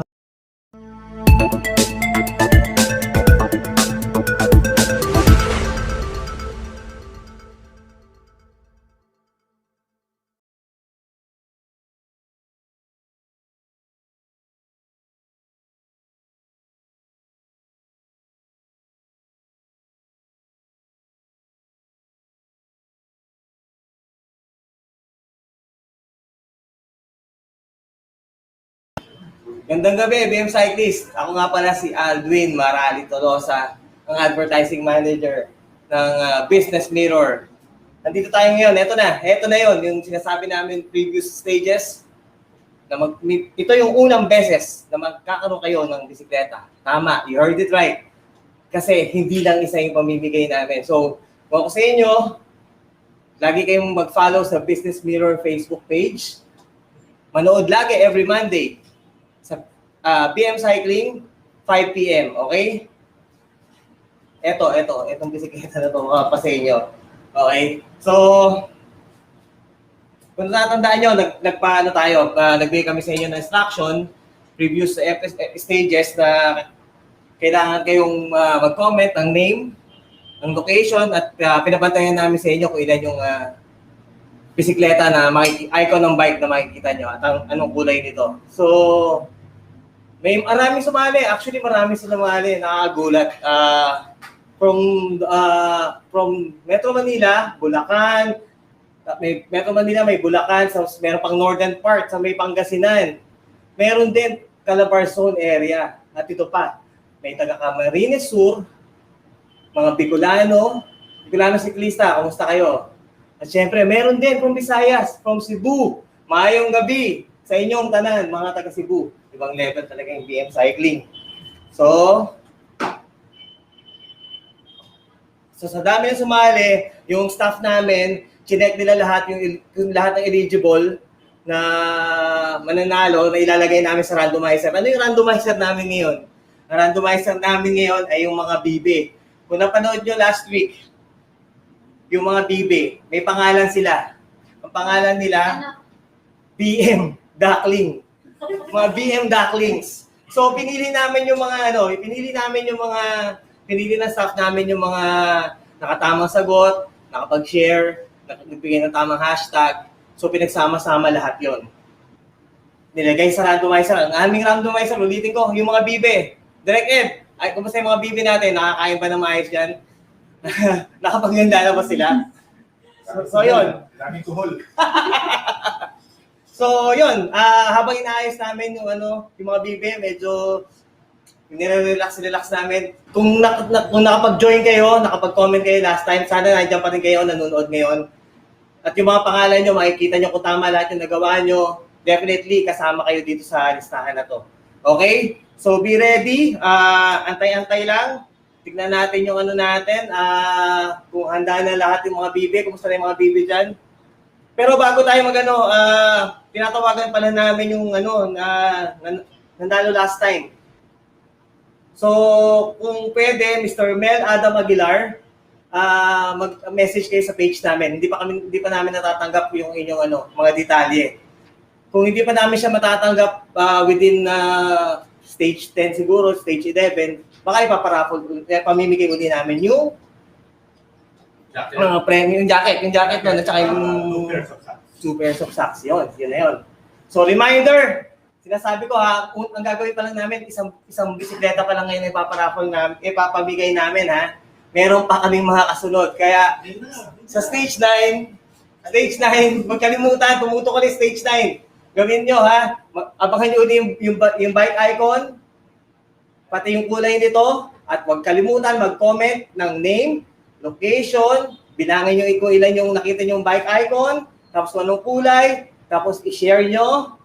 Don't forget the hashtag, BM Cycling, tapos i-comment nyo yung mga names ng mga friends nyo, at least 3 friends. Doon sa ano. Antayin nyo lang syempre si Com2 at si Com3 magsabi sa inyo na go signal. Tuto kayo, marami na kayo na natututunan sa show na to.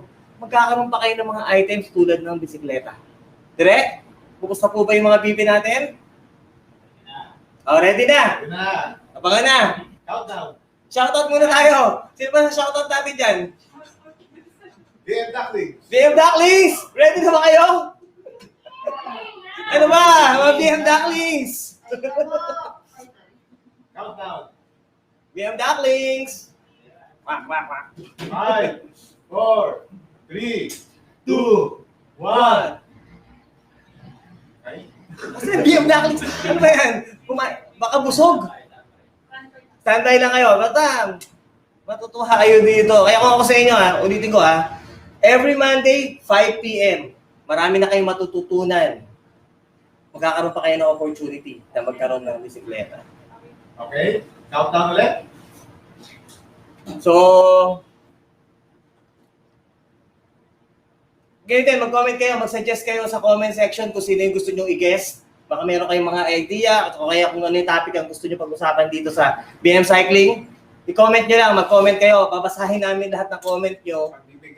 Pagbibigyan namin kayo. Siyempre, para sa inyo to Wala pa yatang BM, mga cycling show na napapanood online na local. So ito lang yun. Ibang planeta. Ibang planeta ba meron? Okay lang. Basta tayo dito, meron. So, tuto kayo every Monday, 5 p.m. Don't forget, follow Business Mirror page. Lagi kayo mag-hashtag BM Cycling. Huwag kalimutan yan.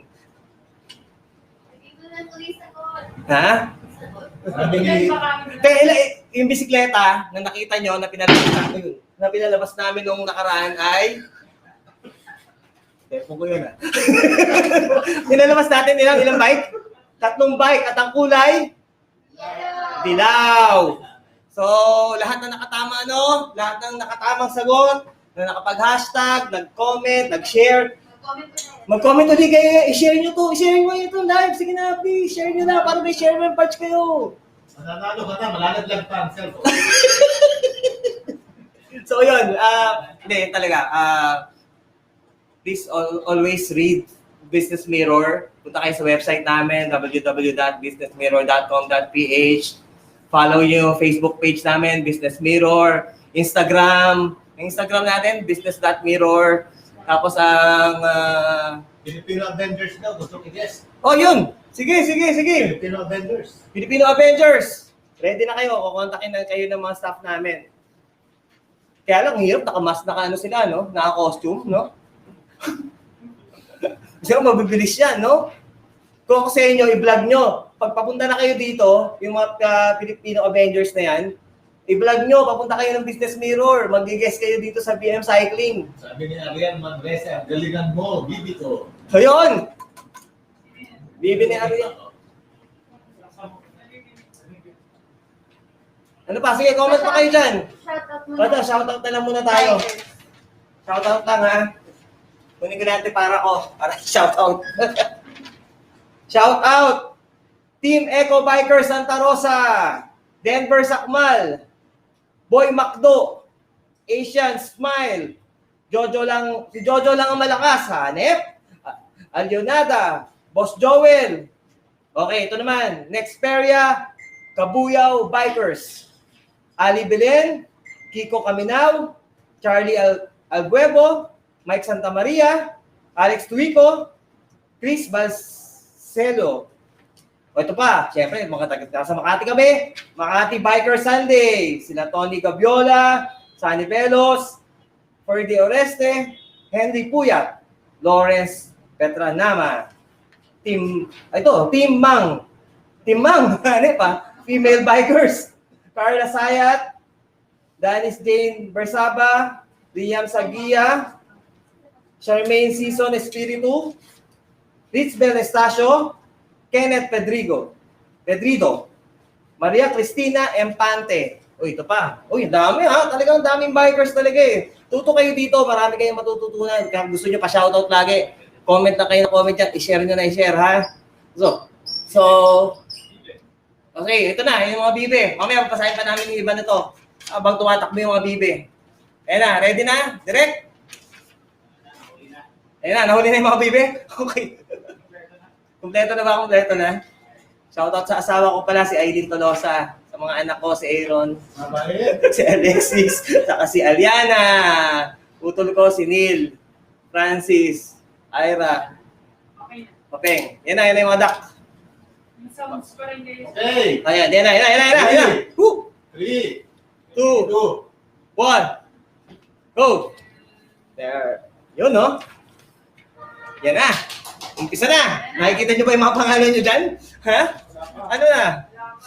Ano na? Ang dami, oh. Biruin nyo. Nano na namin yan, ha? Marami nag-comment, pero sila, ayan, ang dami pa niyan, oh. So, sige, ano lang kayo? Ano number kayo? Sige. Sabagitin nyo lang. O, sige. Yun, no? Sino nangunguna? Ilan ka lahat ng participants? Ilan yan? Ilan lahat? Ano? Nag-50 yung nag-qualify, pero more than 100 yung nag-comment. Grabe. 1,000 plus pala. Kaya lang dapat pakinggan nyo yung instruction para masama kayo dito. Si Michael Jordan, una. Uy, ayos ah. Number 23. Oo nga, no? Sinabi mo kanina yan. Nakadilaw eh, taga-business mirror. Makati City. Manila. Pangasinan. Madaya siya, nag-helmet na. Oo nga, ba't naka-helmet yan, ano? Yun, no? Pasig City, from Valenzuela, from Laguna, from Batangas. Wow! Sana yung Cebu. Galing! So yan galing Shoutout ka ulit sa misis ko. Malilate ako na pag-uwi ngayon. Kasi may post-production pa kami. Shoutout daw doon sa JC Sebastian. Kumusta na daw JC Sebastian? Uwi daw siya na maaga siya, no? Shoutout sa utol ko na nasa Hong Kong. Alam ko nanood sila eh. Pati yung pinsan ko na nasa UK. Yung si Dino Maralit na nasa UK. Pati yung mga anak niya. Yung pinsan ko din na si Mikel, Coco, at saka si Crystal na nasa Italy. Last 1 minute! Oo. Yan na, may namumuro na ba kayo? Ha? Ano ba? Sino ba nanguna? Teka, basahin nyo nga. Hindi ko nakikita, wala akong. Number 23. Ha? Number 11 na, sino? Pareho Makati. Manila, Go! Sino yung mabilis na yun, 9, 8, 7, 6, 5, 4, 3, 2, 1. Sino yan? Ano pangalan? Rose Serafika. Wow! Congratulations! Rose Serafika. Nandyan ka ba? Mag-comment ka from Manila. Congratulations sa'yo, Rose. Wow! Ang galing, nakakatuwa kami kahit kami na-excite dito. Comment ka. Kung hindi, message us, no? Yes. Message nyo ko yung page namin. So, abangan nyo, kita nyo, ganyan exciting ha. Next week, huwag nyo kalimutan, dito uli kayo ha. Huwag nyo kalimutan, para sa stage 9, antabayan ninyo yung mga lalabas na bike on stage 9. Ha? BM Cycling, 5 p.m., okay? So, Rose Sirapika, congratulations from Manila, no? Sige, yung mga iba dyan, pwede pa kayo may chance ha. Yung mga hindi nagkaroon ng opportunity na manalo ngayon, meron pa kayong chance, may pangalawang bike kami. May pangalawang bike pa kami. Oo, tapos may pangatlo pa. Tapos meron pa kami mga premium items na kung hindi yung bike, may mga premium items po. So yun, maraming salamat sa inyo lahat. See you on stage 9. Balik ko na uli kay Kong 2. Rock and roll!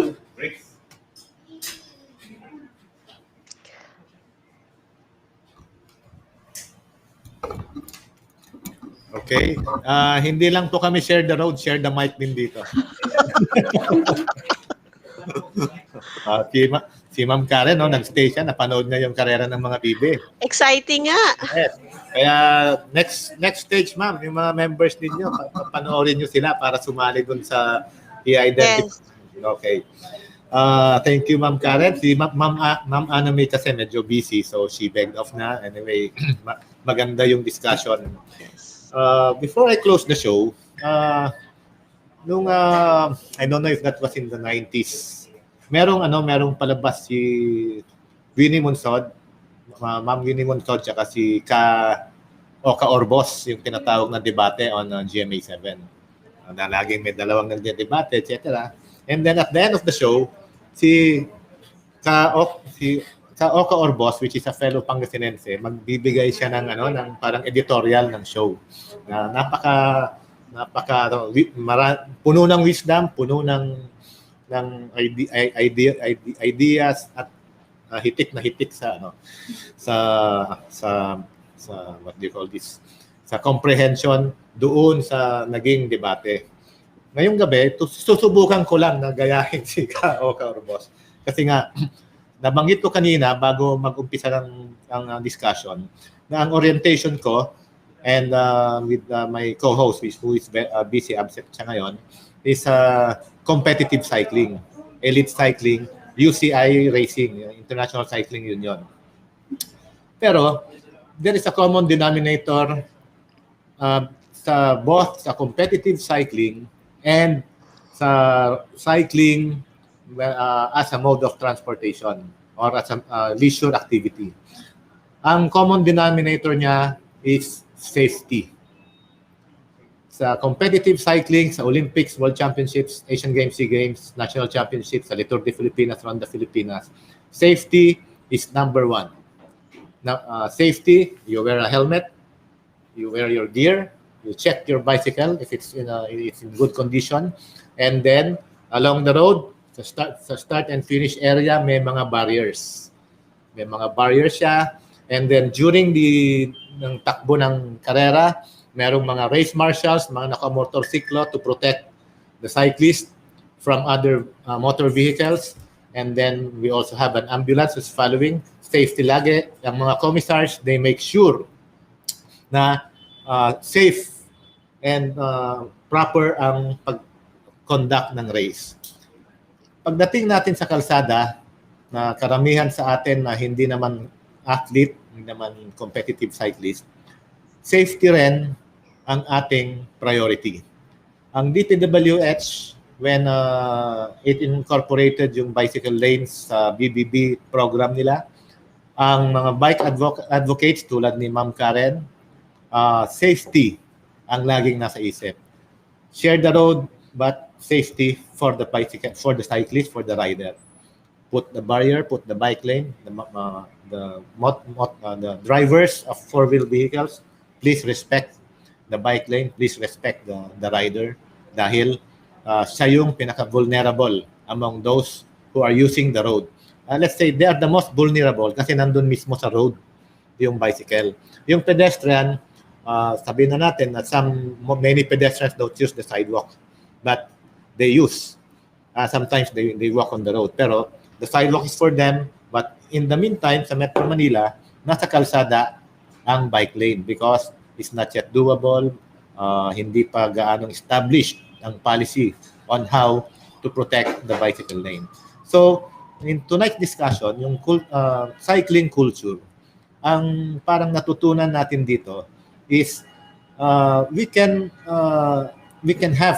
practice that cycling culture for as long as everybody from government down to the ordinary rider, for the individual rider, na isipin ang safety ng bawat isa. But it should start from government. It should start from the private sector, yung may mga kakayanan. If really na kung pupunta tayo sa cycling culture, hindi ko sasabihin pasalamat tayo sa pandemic at dumami ang nagbisikleta kasi hindi dapat pasalamatan ng pandemic. Pero ang safety for everyone. Safety for the cyclist. Safety sa elite cycling and sa ordinary bike to work, bike to errands, to run errands. So on that note, Ma'am Karen, thank you very much. Magandang gabi po sa inyong lahat. Thank you. On behalf of Sunshine Joy Valleyhouse, Commissar 3, my Business Mirror cycling staff, my bosses at Business Mirror, thank you very much. Till we see each other again on Monday. Ma'am Karen, standby lang. Baka isa interesting interesting topic lagi ang bike cycling advocacy. Good evening, everyone. See you again next week. Maraming salamat. Thank you. Salamat.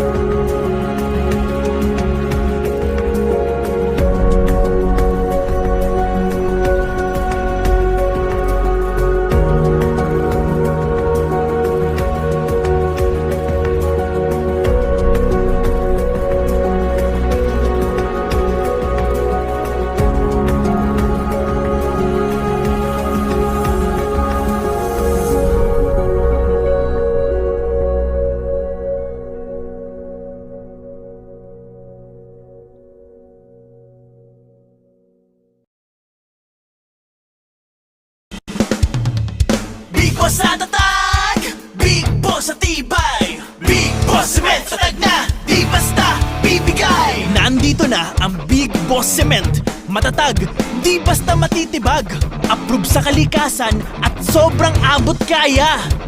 Big Boss Cement, Big Boss sa tatag, Big Boss sa tibay, Big Boss sa tatag, Big Boss sa tibay.